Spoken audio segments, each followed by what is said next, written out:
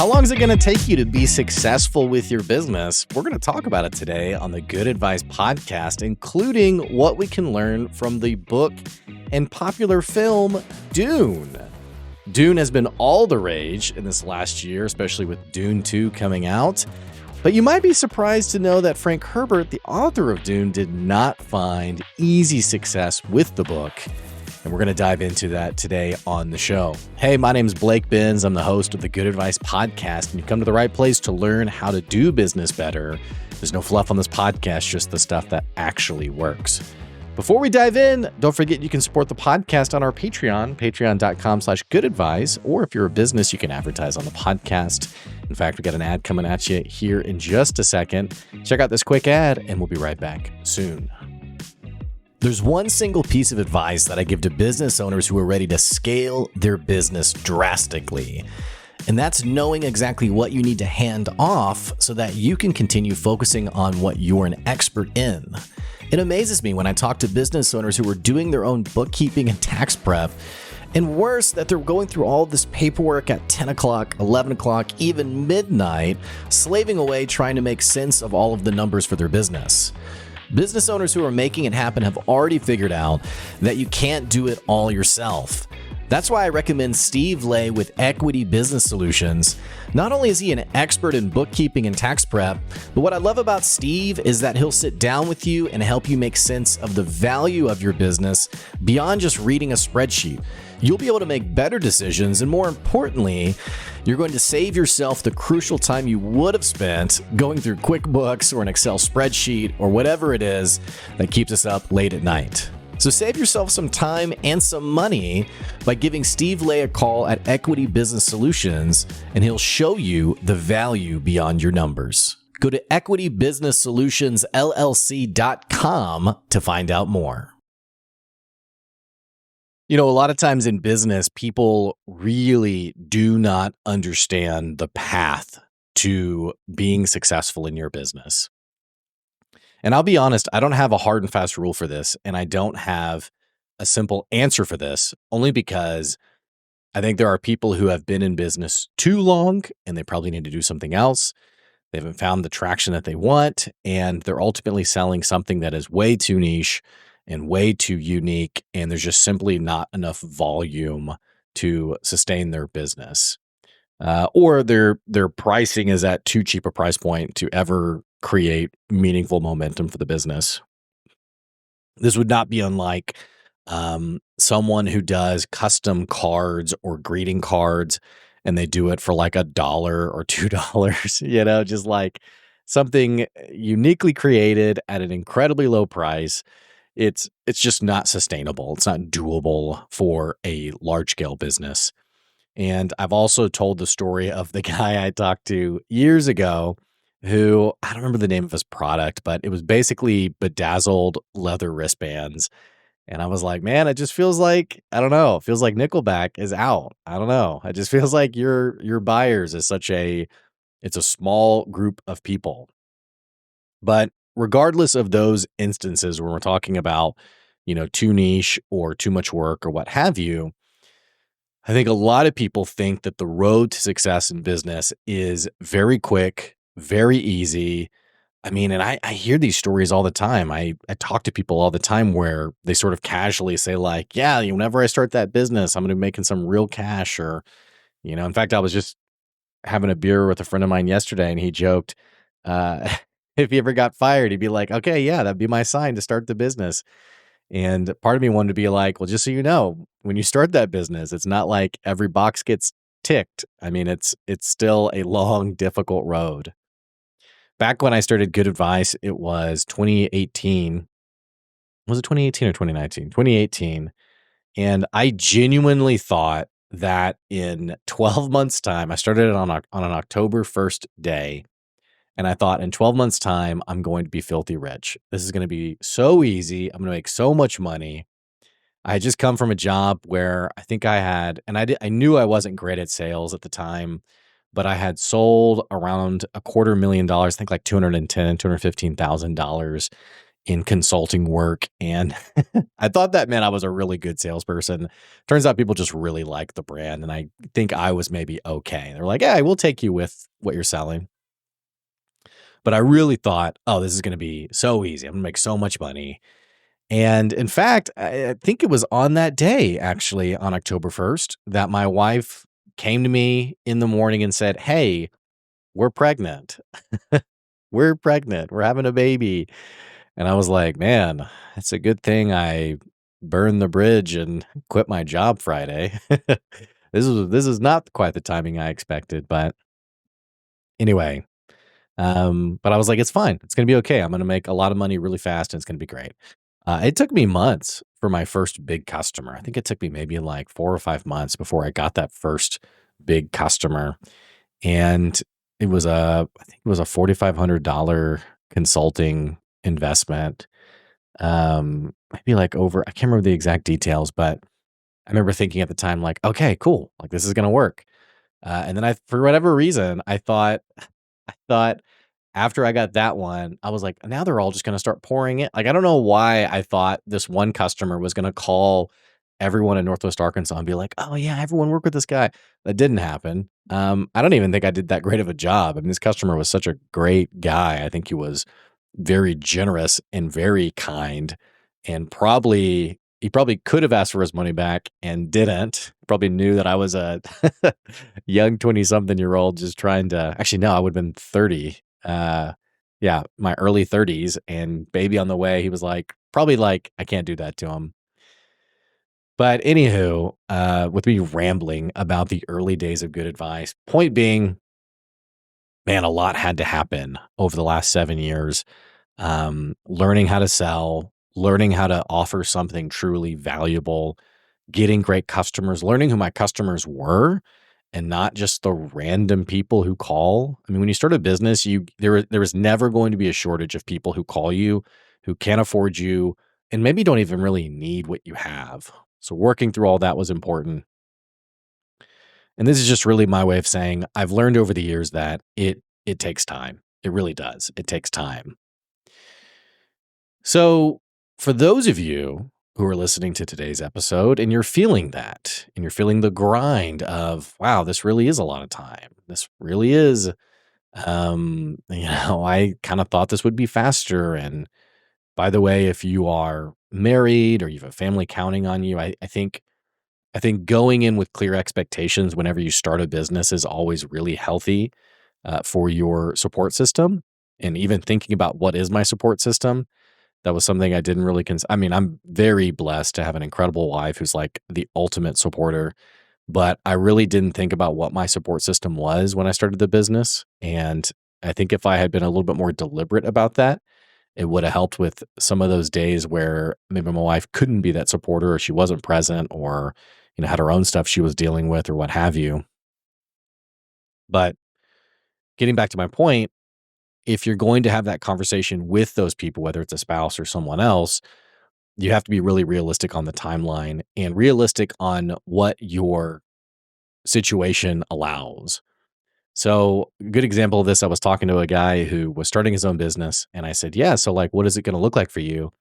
And he's like, "Well, I've sat down with my wife and we're going to give this a go for about 3 or 4 months." Or maybe he said 6 months. I can't remember. And I said, "Well, it's not a lot of time. I mean, it might take you a year even before you start getting some real traction for the business. Is that something that's doable? And assuming you don't make any money, you don't make any sales over the next 6 months, would you be okay? Would you be able to make it? Or is it like, no, we have a minimum of X amount of dollars?" Now, for people who, I don't want to mix the messages here. For people who have been in an industry long term with deep connections, they're going to see a different experience here. If you've worked in, for sake of the example, if you've worked in the roofing world for 15 years, a roof like the, back of your hand. You've sold new roofs to people for years, or maybe you've had a really long-term sales, like a very effective sales history. Then jumping into like a sales role for roofs or starting your own roofing company would probably be something you'd get together fairly quickly. So, for those of you listening where you have deep industry experience, this is a whole different story. You will see quick success because you understand the industry and likely you understand sales as well. For many people start a business in an industry they don't really know or they don't really understand, or maybe they do understand it, but they've never had to sell before. Maybe they were on the delivery side of things or production, as some people put it, and they've never had to deal with actually talking to someone and convincing them to buy. All of that usually means the road is going to take you quite a bit of time. Even beyond sales, though, for some of us, I think a hard truth in starting a business is understanding two simple truths that I think seem like opposites. The first truth is that what you sell is likely not very unique. Many of us start a business because we're frustrated with something, and we usually have an overinflated sense of the contribution that we are giving to the problem that makes us think we won't have to sell and that plenty of people will be rushing to buy from us. You hear this when creators or entrepreneurs or founders or whoever, when they say, we're the only ones doing X, Y, and Z, or we're the only ones with this feature. None of our competitors are doing that. None of our, and even like when you offer some competitors who are doing it, they respond with, well, we don't really consider them a competitor. They're not really a competitor of ours. And you're like, it seems like you're very clearly competitors. But it's business owners who don't have a very honest take on the situation. And those people are in for a very rude awakening because often the things that you think are unique to you and that you're the only one selling, you're the only one doing, are actually either not that important to the customer or everyone else really is doing it. They really are offering it. It's like the business owner who says, we're the only one who's prioritizing customer service. Really? When's the last time you bought from a company that cussed you out and came to your house and punched you in the gut, pulled your hair, spit in your face? Like, I wonder sometimes these founders, like what they really think the competition is doing now that's not to say we don't have meaningful experiences with some companies versus others. It's not to say you might have some companies that you do business with today because of the customer service they give you. I'm not saying it's not important. What I'm saying is many people overinflate their contribution, and because they're polite and kind or what have you, they're like, man, we give great customer service, but it's the same as everyone else. And then my other example, sometimes what they think makes them special is something the customer really doesn't care about. This would be like someone selling journals, and the journal is made out of European leather. I'm making this up, by the way. It's made out of European leather. And they're like, we're the only ones doing European leather. Everyone else uses leather made in all these other places. Well, if the customer doesn't understand that or care about that, it's not, you're hinging your business offer on something that to you, because you understand the industry, it's valuable, but the average buyer doesn't care about it. It's not important to them or what have you. And so your move going forward is either to have better marketing that helps them them being your customer, helps them understand the value of it. It'd be like, I don't know why I'm using all these examples for like industries I know nothing about, but it would be like if a pillow company said, um, I think actually just for the sake of example, I think companies that sell sheets don't do a good job of this, in that you have companies that talk about thread count, and a lot of us don't really know what that means other than just higher is better. It's like, oh wow, it has a lot of threads. And it's like, what is that? Like, and compare that to televisions that talk about the size of the screen. We very clearly understand that a 65-inch is bigger than a 55-inch TV, and thus it's better in our mind, at least. So, whatever that quality feature is, unless you have strong marketing to help promote why it is an important detail, a lot of times, and again, it's not that these things, you being in the industry, it's not that it's not important. It's that the average customer doesn't make buying decisions over that. Even when it matters.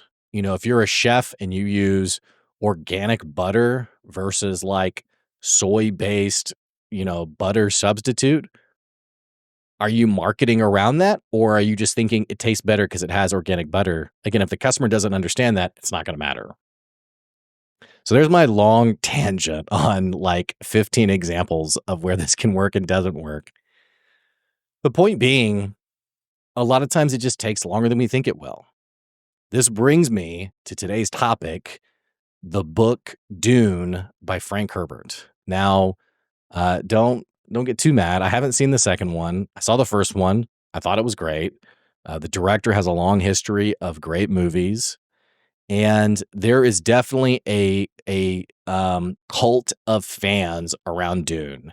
People who love Dune, who it's like their favorite piece of content, favorite book, favorite movie, what have you. I've even seen memes in YouTube videos. I saw a YouTube video of, I think it was called like when your friend didn't like Dune, and it's like an intervention of like a bunch of guys talking to this one guy. So there's definitely a culture of people who love this book. And point being, whether you like it or not, we're talking millions of published copies. We're talking about millions of dollars. We're talking major awards given to these films. It has done very well. Well, it might surprise you to know the history of Dune in that Frank Herbert, he wrote Dune. He tried to get it published. He went to a publisher, and the publisher told him no. So he went to another publisher and got told no again. And over and over again, this happened about 24 times. Now, if you've been in the sales world, you think that the people who are new to sales versus who've been in sales for a long time, they handle rejection very differently. When you're new to the game, that first conversation, you have so much stock in it. You have so much emotional energy in it because it is validating you as a business person. It's validating what you sell. It is confidence around, can this work? And so you put so much emotional investment on it has to happen. Well, imagine that you get told no, and it's not gambler's fallacy where it's like, well, the next one for sure is going to go through, but the next one tells you no, and then the next one, and then the next one. I had a season of this last year, I think around summertime, where I think usually around every third or fourth conversation is usually a closed one sell for me. Well, I had a sales call that I was feeling pretty good about, didn't go through, and then another one, and then another one. I remember talking to my wife, it was like 6 or 7 in a row where I was like, "This is a weird feeling. I'm on a little bit of a streak here, a little bit of a negative streak here." Now, it's part of that's just the seasonality of business. I mean, I just had literally the biggest February and March months of the entirety of the business, like 2 grand slam months. It's hard to think about those months when you're in a slump or a streak of no sales and it feels like the sky is falling. Well, Frank Herbert goes to 24 publishers and all of them tell him no. Now, I want to go back to a previous point I made. I said people struggle in business and they don't realize that the selling cycle can take a while or what they sell really isn't that unique. And I said I was going to tell you 2 things that are kind of opposites. And the first one was that point that, hey, what you sell isn't that special. The second point, that's kind of an opposite. You might have like all of your gut feelings around, no, this is different. No, this is special. No, I am selling something meaningful. You might be right. So much of the time, luck and timing and the right person. I don't know if we It's hard to quantify these things, and thus, I think we don't always acknowledge them as actual true factors in running a business, in growing a business. I mean, how sexy is it to talk about luck? Yeah, I got lucky. People don't talk about that. I mean, it makes it seem like you're not qualified. But luck is definitely an absolute important point. How important is timing? Man, the number of times that I've been on a sales call where the person immediately opens with like, "Oh man, we've been looking for something just like this. Oh, I've been thinking exactly about this." And the sale becomes easy because I mean, I could have said anything, but it's the perfect intersection of my timing and their timing. I had a major sale this last year, $17,000. And that conversation, the sale was like a 20-minute conversation. And it literally, like talking to the guy, he said, "Yeah, it's time." That's all. He opened with it basically. He said, "Yeah, it's time. It's time we did something about this." I didn't have to convince him. It was just the right timing. I could have been a terrible sale. Now, fortunately for me, like I've built the trust and reputation and integrity around my business that I'm not giving enough attention to that, but absolutely an important detail. And so if you're out there just like on all these sales calls and like, why is the timing not hitting? Like you may need a little bit of like delivering on a small scale, doing the right thing, making sure you're doing the right thing for your customers. And then it'll make some of these sales calls much easier. And the timing seems to happen a little bit quicker than you expect. But timing and luck, and I've told this story before, a friend of mine out of Little Rock who ran a grocery store delivery business where you go to the grocery store and they would deliver it to your house. And Walmart and all these other companies said it'll never happen. That'll never work. This was back in 2017, 2018. Well, funny enough, in 2020, that became a major component of a multitude of these stores. To this day, Walmart offers same day grocery store delivery. It's funny how things change. It's a big part of the timing. That same person told me a story about how YouTube wasn't the first video platform on the market. YouTube wasn't the first one, but whenever they launched their business or launched the platform, it was the same time that, excuse me, that codecs got updated. Like, and back in the day, this is like you guys who are older probably remember this, but like early 2000s, you would sometimes like try to watch a video and you'd be told you didn't have the right codec. You didn't have like the software wasn't there basically. Well, over time, codecs got updated and new ones came out and this is all like under the hood now. I don't even know if this is even a thing that that a platform even operates under now, but all that to say, there was the perfect timing of YouTube launching and these codecs being updated to making, watching videos online on a platform like YouTube very easy. Again, luck and timing. So, yes, you may have something truly great, but the timing hasn't lined up yet. How long will that timing be? Will it be a week? A few months? Could it be a few years? Could it be a decade? Huh? Would you be willing to be in the game for 10 years to see if it can work? I mean, I don't know. This is not a very sexy version of entrepreneurship. It's not a very exciting. I mean, imagine sitting down with your spouse and being like, "Hey, I think this is going to work. It's going to take anywhere from 6 months to 6 years." I mean, maybe. Now, for me, I think the journey would have been a lot quicker if I understood business a bit more, if I had understood sales a bit more. Man, a lot of mistakes I made in those early years. And granted, we did have, a major worldwide pandemic with COVID. And I mean, the state of the world did not do me any favors in my journey to running and growing a business. But I think about Frank Herbert's story 20 plus publishers who told him no. And the publisher that actually worked with him? It was an auto repair manual company. They did repair. It was they literally published manuals for repairing cars. And for whatever reason, they said yes to Frank Herbert's book. Yeah, we'll try something new.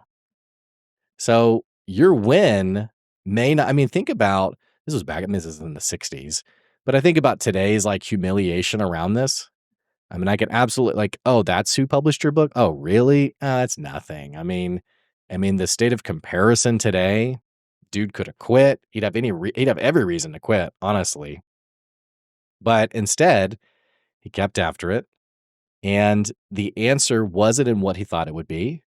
The end result was what he thought it would be, but the journey getting there was not what he thought. And I want to encourage you today. You might have something truly special. Granted, if you've had people who've paid for your services and who've told you they like what you sell, there's probably even more substance there than just a feeling. You probably really do have something special. Getting to the point of success, it's going to take time. It's going to take luck. And it might take a lot longer than you think it will. It's just the way it is. Just the nature of the game. I've talked about this before. This isn't the first time. Years ago, probably like 4 or 5 years ago, I talked about Rob Angel, Rob Angel was a waiter out of Seattle who back in the 80s, I think, maybe early 90s, he was, like I mentioned, he was a waiter at a restaurant, and he was creating something that would eventually be known as Pictionary. And he would go to the mall and he would ask people, "Hey, what do you think about this?" and try to sell to people. And, I mean, I'm sure the malls were hopping back then, but I don't know how much traction he got. I don't know really how that looked for him. But there's just something about that story that has kind of a quiet confidence to it of I'm out here, I'm selling this thing, I'm trying to make it work.